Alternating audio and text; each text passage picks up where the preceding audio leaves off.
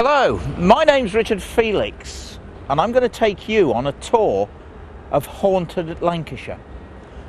Some of the stories that you're going to hear are going to be concerning real ghosts, entities, spirits, trapped souls that for some reason are still on this earth, A, because they're still wanting to haunt the area, and B, because they actually can't get away because of the terrible trauma of their death. And until someone releases them to go to where all good souls will go, then they are going to continue to haunt this earth. Other hauntings, or ghosts, I believe are no more exciting than a recording, pressing the replay button of a video camera. That's concerning tragic, traumatic, premature death. Their time hadn't come, and the energy used by the body, the electronic impulses given off by the brain moments before death, can be so immense that I believe that the event just before death can be recorded into the fabric of the building, the bricks, the woodwork, the mortar, possibly even the soil. And then sometimes on the anniversary of the death, or when the atmosphere is the same, certain people actually see that event again.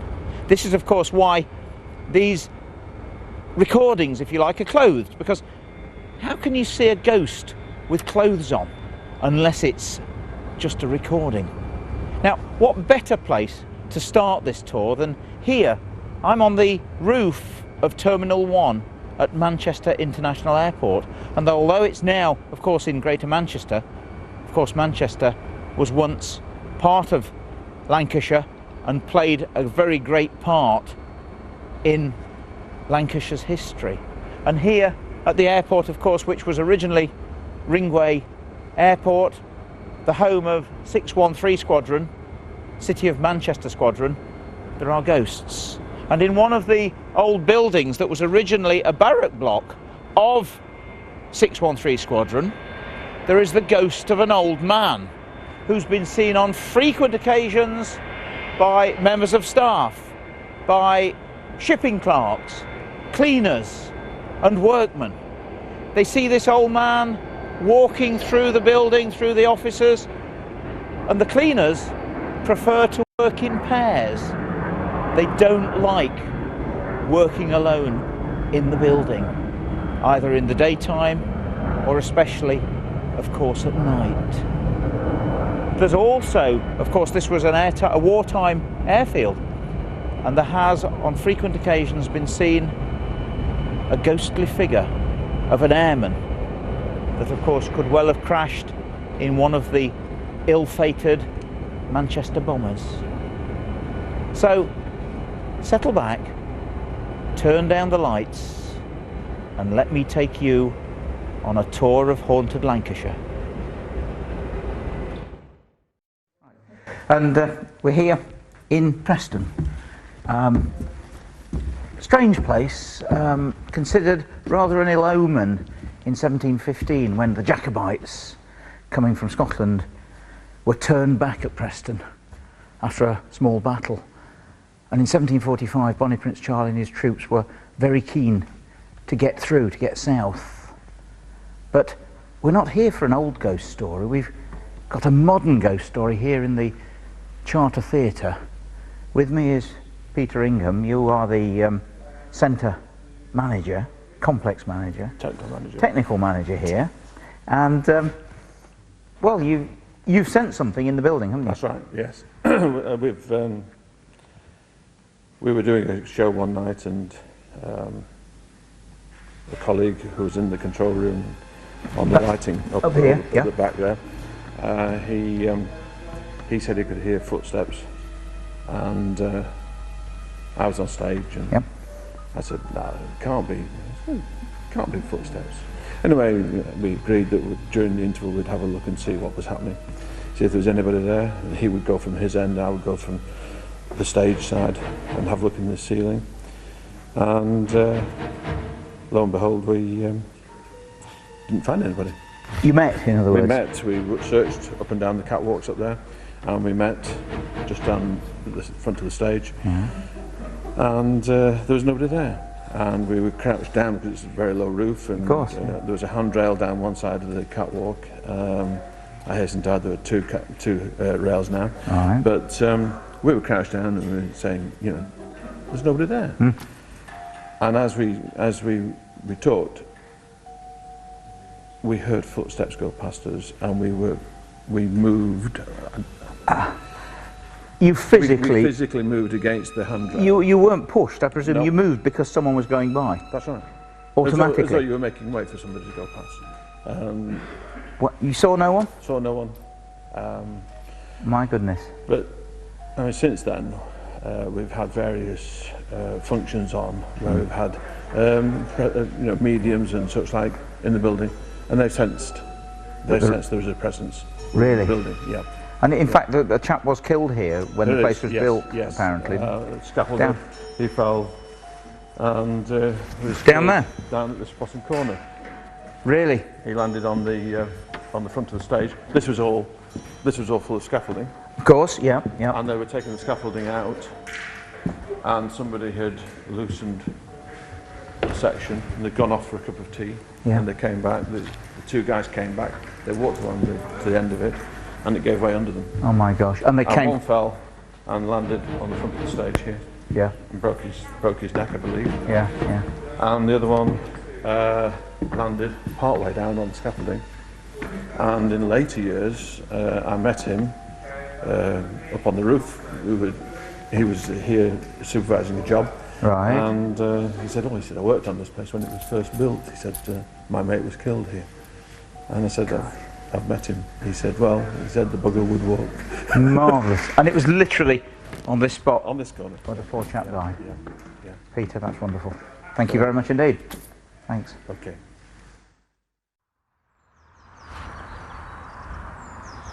I'm 4 miles north of Preston at historic Sarnsbury Hall, built in the 14th century. This place abounds in ghost stories, witches, martyrs and recusants. But while we're standing outside of the sunshine, it's best to start with the story of Dorothy Southworth. She was the Catholic daughter of Sir John Southworth. They'd lived here for hundreds of years. She was unfortunately planning to marry a Protestant lad who lived not far from here. Her father knew all about it and told her that under no circumstances was she to marry him. So the two of them plotted to elope. Unfortunately, Dorothy's brother overheard their plans, and he and his brothers decided that they would wait for them and take the law into their own hands. Dorothy was meeting her lover round the back of the house. They were going to leave the country together. But unfortunately, when her lover arrived, Dorothy's brother attacked him, killed him and his two companions somewhere around the area of this tree. And people say that even to this day, their ghosts are seen around here. Dorothy was sent off to a French nunnery. She was so distressed that she committed suicide, and they say that her ghost returned here to the hall and has been seen on many, many occasions wandering in the grounds around this place. But to bring it to modern times, she's also been seen outside here on the road. 3 male skeletons were found buried near the wall of the hall. Dorothy's ghost is also said to wander along this road. There have been many reports of buses actually stopping to pick her up, and in fact the bus stop is literally just down the road here. And also many stories of motorists and lorry drivers slowing up as this white apparition crosses the road from the fields across here and walks back through the wall back into the hall. But that's not the only ghost stories, there's more. So let's go inside and have a look.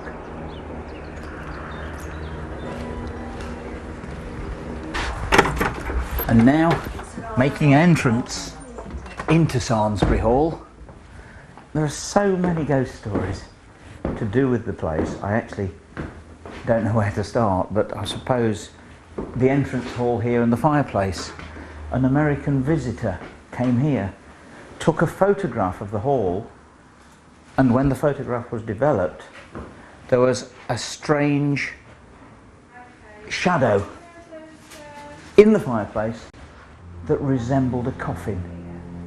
No one knows why that should have been there, but when the American took the photograph, of course, it wasn't on it. Because as she said, had she have seen it there, she would have done more photographs and taken close-ups, but it was not there until the actual photograph was developed. But there are priest holes here, murders took place, and of course this was a very old Catholic house, and of course at the time of Queen Elizabeth it was high treason to be a Roman Catholic priest, but of course the families kept the faith and priests were invited here. They usually came clandestine in ordinary clothes, not dressed as a priest, and if there was a sign that Elizabeth's soldiers were coming, then it would be quickly, Father, into the priest hole. And there is one upstairs, so we'll go and have a look. But first, on the ground floor, through here, a ghost story again, another one. This building was requisitioned during the Second World War, and a lot of army officers lived here. And on frequent occasions, while the officers were sitting having breakfast, lunch, possibly dinner, a dark shadowy figure would walk across the bottom of the room and disappear through that door. But I think it's time now for us to go upstairs and let's have a look at the priest's room, the room where a murder took place.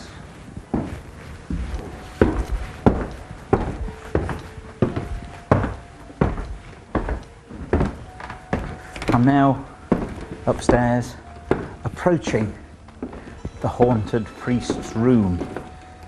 It's through here, up a little staircase, and into this very ordinary, insignificant looking little room. But apparently, story has it that in 1592, a priest was found here and killed or murdered by Queen Elizabeth's soldiers. And there have been lots of stories of people coming here, especially ladies, who get as far as the door and stop and say, I can't come in here. Now I must be honest with you, it didn't have any effect on me at all. But who knows? He was murdered and his blood stains were all over the floor of this room. And on frequent occasions they tried very hard to remove the blood stains, but they kept reappearing. It became so serious that the servants wouldn't live in here at the hall, and so the floor was removed and another wooden floor was put down. And would you believe, stains still appear on this floor now, and they say that this is the very spot where the priest was murdered and his lifeblood ebbed away into the wood of this floor. And just round the corner here is what's known as the priest's bolt hole. One of two priest holes here in the building. And up here, next to the room, a little opening with a little secret door. Whether I can open it or close it, I don't know. Here's the door that closed so that no one would know that there was a priest hiding above the stairs. And last time I did that, the door opened on its own.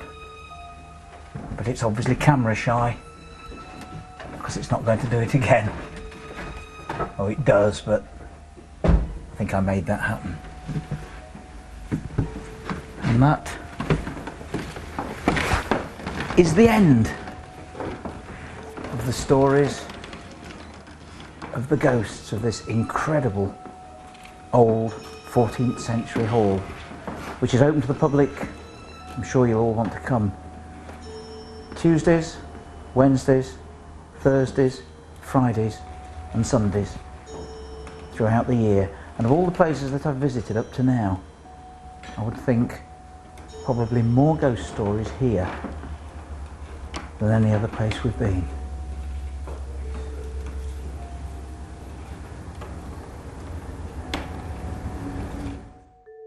I am in the pleasure capital of Europe, Blackpool, and there's even a ghost story here. It's not to do with a ghost train, but would you believe it's actually to do with a ghost tram?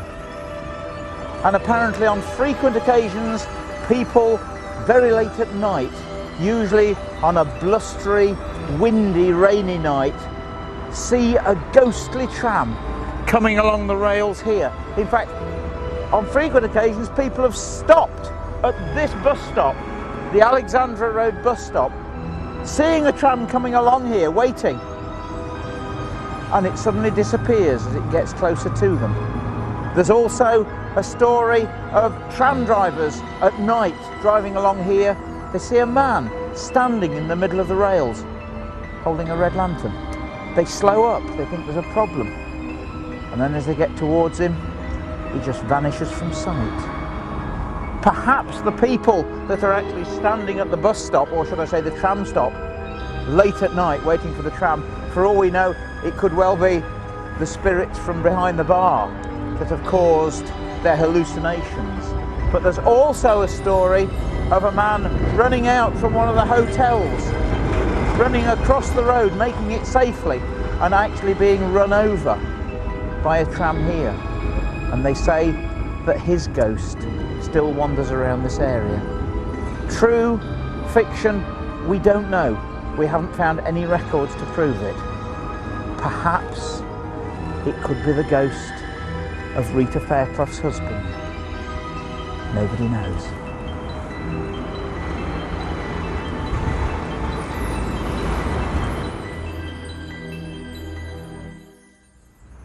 And I'm now in the centre of Lancaster.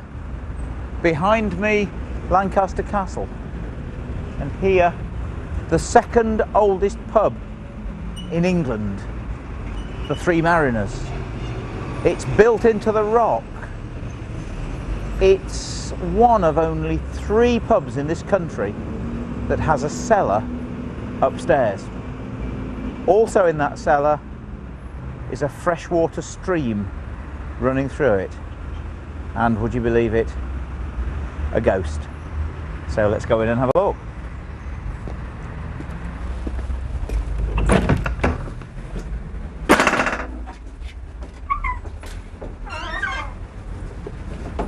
This place has been here since 1213. Absolutely incredible old place. And of course, when Bonnie Prince Charlie's soldiers came through Lancaster, I wonder how many of them were billeted here in this building. They have a ghost downstairs. Funnily enough, a ghost that stands here behind the bar. They say it's the ghost of a man. They don't know who it is. Whether it's an old landlord that loved the building and still haunts it, nobody knows. But the latest sighting of a ghost was actually by the landlady's son, and it was upstairs in the cellar. Let's go and see it. And this is quite incredible. I have never seen anything like this before. You actually climb up this metal ladder to get into the cellar. And I've never climbed up into a cellar before. And behind me, of course, the hoist to actually lift the beer barrels up into the cellar. rather than rolling them down or dropping them down. Quite amazing. Here is the stream. Water running through here, algae of course, all green. It runs down here. You can see that I'm standing in the water, and there are little holes here for the water to disappear, and it flows away down here and down the drain. And whether it's water that attracts a ghost up here, I don't know. But literally here, standing in the middle of the room, one day, Graham, the son of the landlady, was up here fetching ice, came back downstairs, of course, and said to his mum, "Mum, I've just seen a ghost."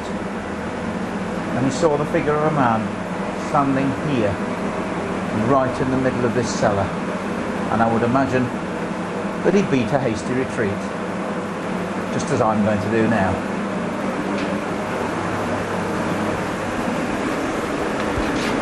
And I shall now go downstairs out of the cellar.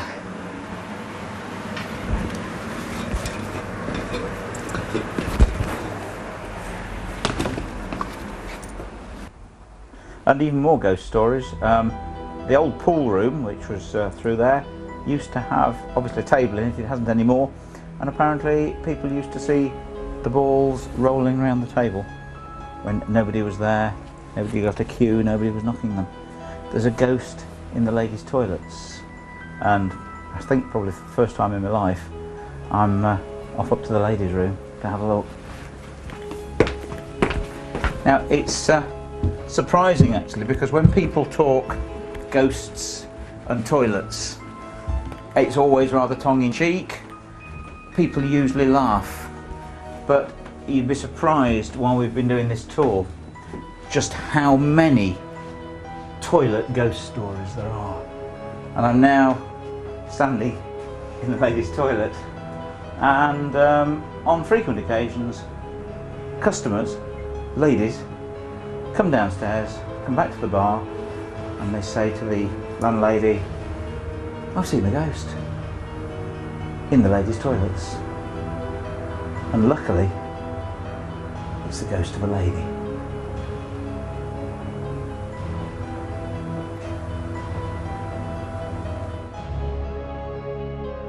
I'm in the little historic village of Upholland, very, very close to Wigan.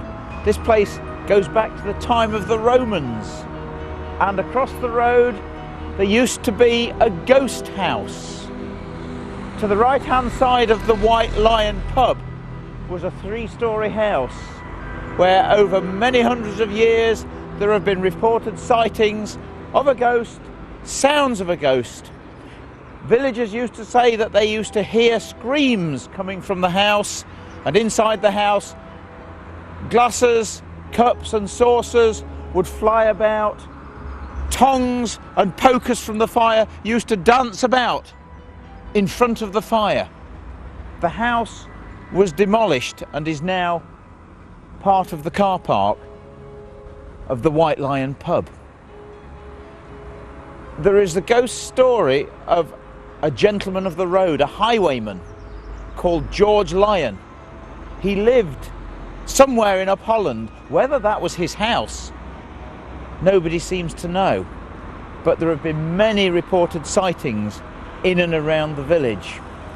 And strangely enough, he is buried only 80 feet from the pub, somewhere here in the churchyard of St Thomas the Martyr. So I think it would be probably a good idea to go inside the pub, see what we can find.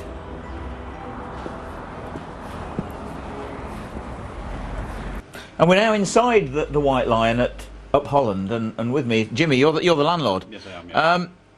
I mean, have you seen anything inside the pub? I've never seen anything. We've only heard one voice, and the voice just said hello. And there was three of us in that night, and there was nobody in the pub at all. We looked in every room, and that was it, just hello. Really? I mean, did it come from behind the bar, or? No, it definitely came from inside. Right. But Nobody else in the pub. Good grief. And all three of us heard it. Yeah, yeah. So it wasn't the spirits behind the bar talking? No, definitely not. Definitely not. And there was a previous landlord? He actually had an experience, didn't he, inside? Or Mick actually had two experiences. One was his cleaner. His cleaner actually saw a figure doing in that room there. Right. And then about 3 months later, Mick was actually cashing up down the bar, and he got a tap on his shoulder. And when he turned around, it was a nun in the habit and everything. Standing inside here? Just right behind him. And of course, this building is obviously stands on much earlier properties. Yeah, it's round about 1400s. Crikey. So there could well have been something else, monastic house, nunnery, something around here that... Well, there is a nunnery across the road. Oh, say no more. And in the car park over there, you can actually see the archway what led to it. But now there's only that much of the archway left because they built it up. Oh, I see. So she's obviously, for whatever reason, still haunting the area because of the nunnery across the road. Yeah.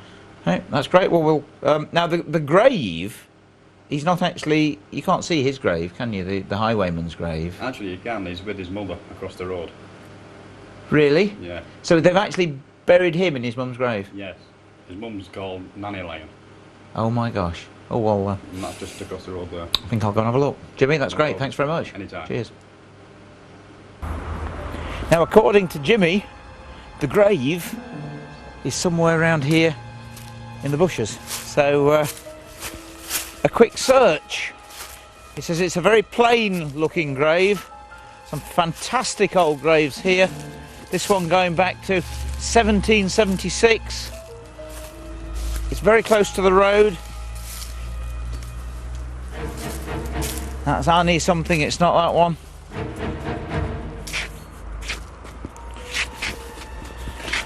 Nanny Lion! This is it. Yeah, the grave of Nanny Lion. Died April the 17th, I think 1801. There it is, Lion. And in here, underneath this gravestone, also the famous highwayman, George Lion. He was actually the last highwayman to be hanged at Lancaster prison. And I wonder, it's so close, look, the road is almost on top of the grave. It's not exactly disturbed it, but is that the reason that George Lion still haunts this area? Who knows?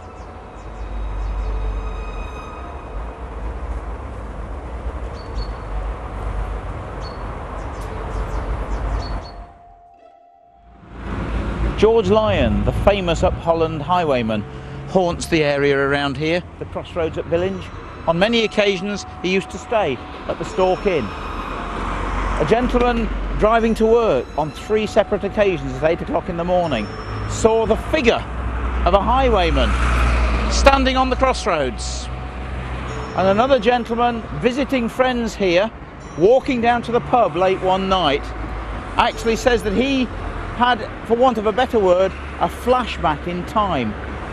He saw the ghostly reenactment of a highwayman standing near the church with pistols, holding up his victim and actually taking a purse of gold off the poor unfortunate man here on these crossroads at Billinge. They've done exorcisms round here and things seem to have quietened down to a certain extent. But I can assure you, there are still sightings of both the Cavalier at the Stork and George Lion here in Billinge. And I'm standing in the car park of the old Stork Hotel, now known as the Stork Inn. The building goes back, they believe, possibly to the 14th century. It says on the door 1752. It's got the ghost of a royalist soldier, a cavalier. This place was used as a prison. It was known for a period of time as the Tower Prison. Parts of it are still preserved underneath the building. And during the English Civil War, royalist soldiers were imprisoned here. One of them died from mistreatment by Cromwell's soldiers here at the inn. And his ghost still haunts this building to this day. There have been many reported sightings when it was a hotel. Very, very loud footsteps clonking along the landing, so loud that they actually woke up some of the guests in the night. And a cavalier, a royalist, has been seen around the building on many occasions. In the bar, walking up and down the stairs, still got the original staircase in it. And one gentleman, a customer at the pub, went to the gents' toilets and was standing washing his hands and noticed in the mirror a cavalier standing behind him. Made him jump. He turned thinking that it was just a chap that was off to a fancy dress party, and he watched it vaporise. It just vanished and disappeared in front of him. Now, the amazing thing is that an awful lot of people believe when they first see a ghost that it's a real person, just like the gentleman did in the toilets. He didn't sort of jump backwards terrified because he'd seen a ghost. He just converted it straight to reality, as people do. Thought he was going to a fancy dress party. And people frequently do this. They think that the ghost or the apparition that they've seen is their dad coming in the room, Dr. so-and-so off the other shift, something like that. It's only when they do something strange, like walking through the walls, disappearing, vanishing, vaporising as the ghost did here, that they actually realise that they've seen a ghost. The original road goes down here, and round the corner you can actually still see the original mullioned windows of the old building. One here, now at ground level, almost disappeared, and round the corner here, even better ones of the original window. And this is part of the cellar, the prison underneath, that you can see from the other side. And all of this is the original part. Probably the ghost is, for want of a better word, recorded into the fabric of this building. The stone does tend to hold events a little bit like a cassette player. It's really no different to pressing the play button of a cassette player, of a video recorder, and you see the event again. But there's no doubt about it that the old Stork Hotel here at Billinge is a very, very haunted building. And the landlord has very kindly let me half demolish his cellar, because apparently there's a tunnel down here, and the original cells where the royalist prisoners were actually incarcerated is through here. I've taken all this down, we had to move all this. We've taken the light off the video camera so we can actually go in and have a look. And well, this is where all the ghostly things seem to emanate from, so we'll go in and have a look. I don't know what I'm going to see around this corner, so I'm a little bit, or slightly apprehensive to say the least. But here we go. Oh my God, is this old? And just showing the light so the cameraman can see where he's coming. And in we go. It's very wet, very muddy. Oh my goodness. And through here is the original prison where the prisoners were kept. The royalist prisoners were actually chained to the walls down here. They've told me that somewhere around there are chains still on the walls. I can't see any. You can see the original old mullioned windows here that are now below the level of the road, which is outside. And this apparently is the original bench or thrall where they used to sit on for hours and hours. And of course it was down here that one of the royalist prisoners died, possibly from jail fever, I would think, or something like that. The stench, which of course was a form of typhus. It's cold down here, it's wet, and there is quite an unnatural feeling down here. Not somewhere that I'd like to stay for very long, I'll be honest, but I've had enough. I think we'll beat a hasty retreat out of here.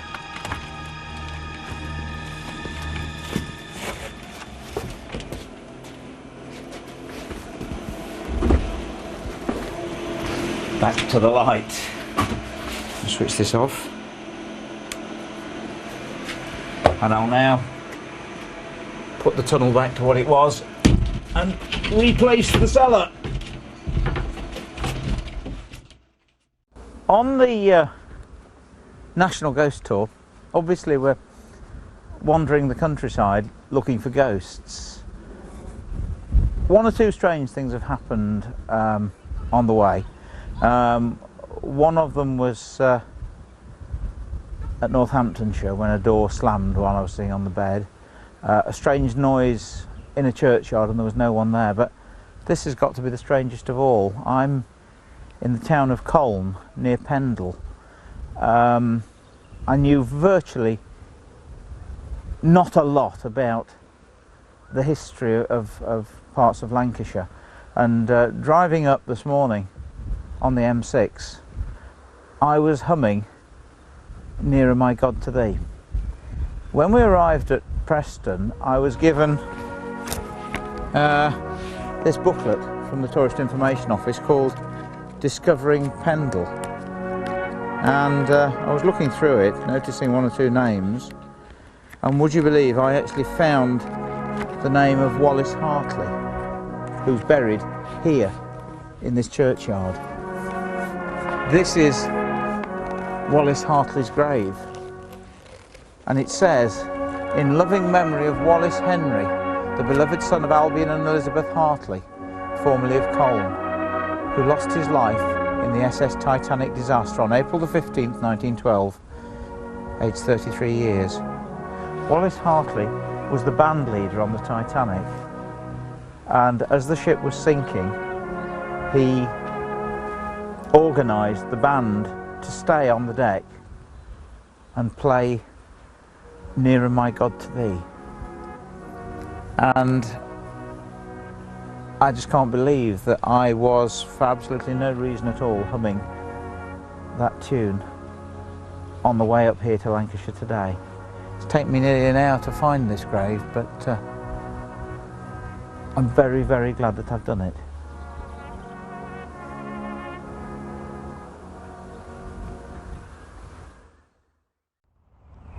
I'm on the outskirts of Swinton at a very old Catholic house called Wardley Hall. According to a booklet that I've just been given, a brief history of Wardley Hall, in brackets it says, the House of the Skull. A Roman Catholic priest, St Ambrose Barlow, was arrested in Manchester in 1641. He was accused of being a Roman Catholic priest, and of course in those days, after Queen Elizabeth, it was high treason to be a Catholic priest in this country. He was taken to Lancaster prison, to the castle, where he was tried at the assizes for high treason and sentenced to be hanged, drawn and quartered. That actual sentence was carried out. That sentence was pretty horrific. It was that you be taken back from this place to the place of execution, where you will be hanged by the neck, but taken down while you are still alive. Your bowels and entrails to be taken out and burnt before your eyes. Your head to be severed from your body, and your body to be divided into 4 equal quarters. And may the Lord have mercy upon your soul. After he was executed, his severed head was stuck on a pike and left for a warning to all Roman Catholics. After the event, the head was taken down, possibly by a member of his family, and brought back here to Wardley and hidden in a secret compartment. Even to this day, it is still on show on the staircase in the wall with glass in front of it. And part of the deeds of this building state that that head or skull must never be removed from this place. On frequent occasions in the past, this was converted into miners' tenements and various other things, and of course people living here wanted to remove the skull. every time it went from the house to state the book, all hell let loose from within. Poltergeist activity took place, furniture was moved, pottery broken, and on frequent occasions during the night, screams were heard from outside the hall until the skull was replaced. Exorcisms were done, and to a certain extent it calmed down. But even to this day, no one dare remove the screaming skull from Wardley Hall.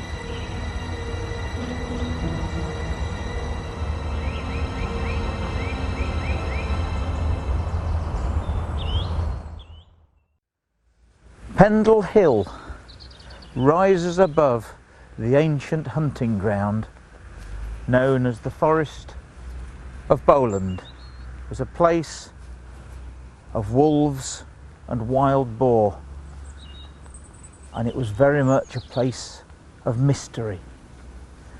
I'm in the village churchyard of Newchurch in Pendle, and here in 1612 took place an incredible act of persecution against the Pendle witches. There were two old ladies known as Demdike and Chattox. Many people believed that they could have been witches. This was the time of King James I, son of Mary Queen of Scots. He was fascinated and terrified by witchcraft. He, in fact, wrote a book called Demonology. And one day, the granddaughter of this lady called Demdike was walking towards the village of Colne, begging. She asked a peddler if he would give her some pins, and he refused. And she said that she was a witch and that she would put a spell on him. He collapsed on the floor in a fit. He'd probably had a stroke and was paralysed down one side. After the event, his son took him to the local magistrates, and this girl called Alison Device was brought before the magistrates, tried for witchcraft, but she also implicated Chattox and Demdike. They were also taken to Lancaster Castle and put on trial for witchcraft. The whole case became so serious that eventually 9 members of the family were imprisoned at Lancaster. They were all sentenced to hang for witchcraft. It had been stated that they'd been consorting with the devil, that they'd been possessed by evil spirits. They were plotting to blow up Lancaster Castle. They have 16 murders supposedly taken into account. We didn't burn witches in England, we hanged them. It was the Scots that usually burnt witches. We burnt heretics. Luckily for Demdike, she died before her hanging, probably of jail fever at Lancaster Jail, or the castle. The others were taken out on a cart to a hill about a mile away from Lancaster and publicly hanged and buried in an unmarked grave. And to this day, they say that those ghosts of those poor unfortunate women that were accused of witchcraft still haunt the area around here. This place of mystery, Pendle Hill.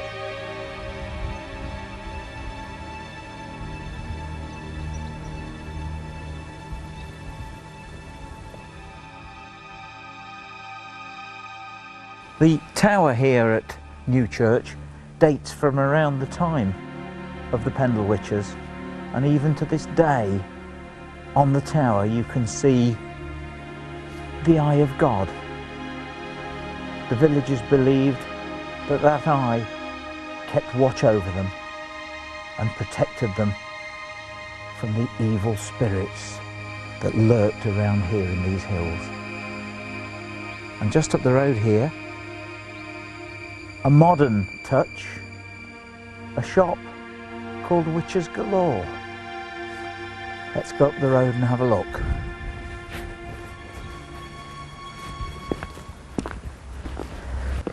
It's a steeper hill than I thought it was going to be, but here I am outside Witches Galore. Good evening, ladies. And well, it's absolutely full of things to do with witches, so we'll go in and have a look.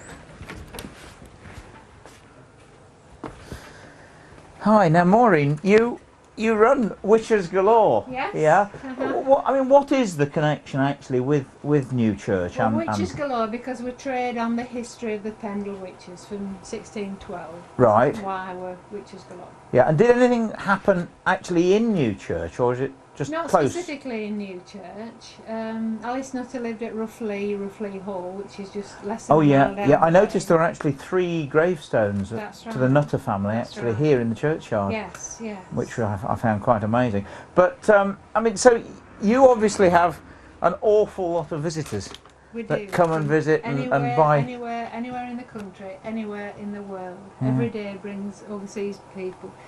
If you look on the front of the counter here at this chart, Yeah. we collect the word for witch in whatever language, and I think there are some 60 odd different languages there. Really? People that have come Because here. Wicca is actually it's a Saxon word, is that Yes, right? yeah. For wise one? Yes, that's Yeah, correct. Yeah. I thought so. You've Yeah. done your homework. Just a bit. Yeah. But any ghost stories? Well, yes, I do. Strangely enough, I don't believe in ghosts. Right. Go bump in the night. Yeah. Right. We came to this property. We live over the shop here. Yeah. Now the property is 2 handloom weavers' cottages made into one, so it's pretty old, about 1750. Well, yeah. 1760 Good pedigree property. then. Yeah. And when we came here, my husband and I, with 4 teenage children at that point. So Mum used to make the dinner in the evening after the shop was closed, and everybody would disappear. I'd be left with the washing up, and the feeling was, hello, there's somebody there, there's somebody around.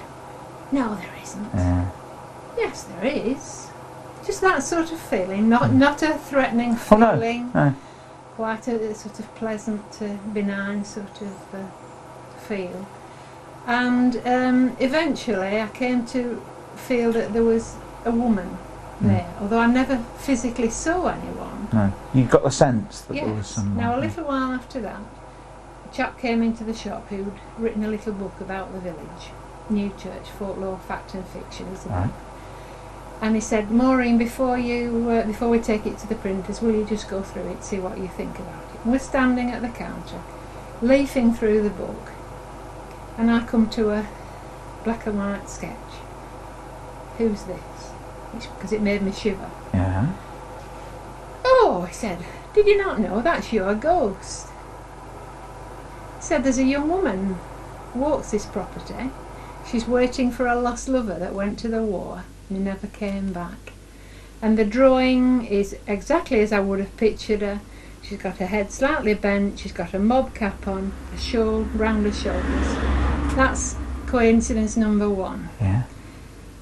At that time, the little cottage next door here, an elderly lady lived there. She was in her 80s and she was a delight. Yeah. She'd been in business all her life.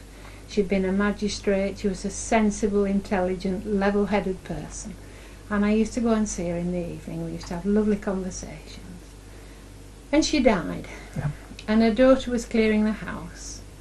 And her daughter came in one day and she said, I've cleared this drawer and I've cleared that cupboard out. And Mum's visitor's been. And I said, oh yes, the visitor. She said, yes, you know. And I said, and then she looked at me and she said, you don't know what I'm talking about, do you? I said, no, not really. She had lots of visitors. She liked company. Ah, she said, did Mum never tell you about the ghost? She said it was a young woman who used to walk what was from our property into hers. And she knew that she'd been because of the smell. A sickly sweet smell, almost like Palmer violets, was how she described it. And I don't believe in things like that, but there you go. Well, I mean, how can you explain it? Yeah. You can't? No. But it's just very interesting. And she's around. You feel her presence from time to time, which is quite benign. That's wonderful. So that's my story. Maureen, that's fantastic. And when are you open? Every day, except for Christmas Day and Boxing Day. Don't come on Christmas Day. But for the rest of the year, we're open all the time, because there are always visitors around, even in the worst of weather. I can imagine. I look at people sometimes and I say, "Oh, you're completely mad to come on a day like this." I'll bet. But they love it. Yeah. There was a bus full of one afternoon in November. It was about 4 o'clock, so it was dark already. Wet, miserable, cold, and I sort of think, well, I could close now. There's not going to be anybody, and a bus pulled in, and 24 Australian footballers came into the show. And they thought it was wonderful because it was atmospheric. I can imagine. And so you get buses, cars, so everything. Yes. Do you get any? I was going to say, do you get any come on broomsticks? Just occasionally. That's wonderful. Maureen, that's fantastic. Okay. Thank you very much indeed. This is one of the oldest houses in Lancashire. Smith Hills Hall, near Bolton. The home of the Ratcliffe family from the 14th century. During the time of Mary Tudor, Bloody Mary, the Vicar of Dean, George Marsh, would not go back to the Catholic faith. He was a Protestant. He was arrested and brought here to a magistrate's house. This was the home of Robert Barton. George Marsh was tried in an upper room here, known as the Green Room, and sentenced to be burnt at the stake for heresy. We hanged witches in England, but we burnt heretics. As George Marsh was leaving the building and passing through the area where the chapel is, he stamped his foot in protest against the sentence of being burnt to death. And once a year, on the very spot where he stamped his foot, a footprint appears on the flagstone. He was burnt to death in 1555 at Chester, and they say that his ghost still wanders around the upper rooms of this incredible old building to this very day.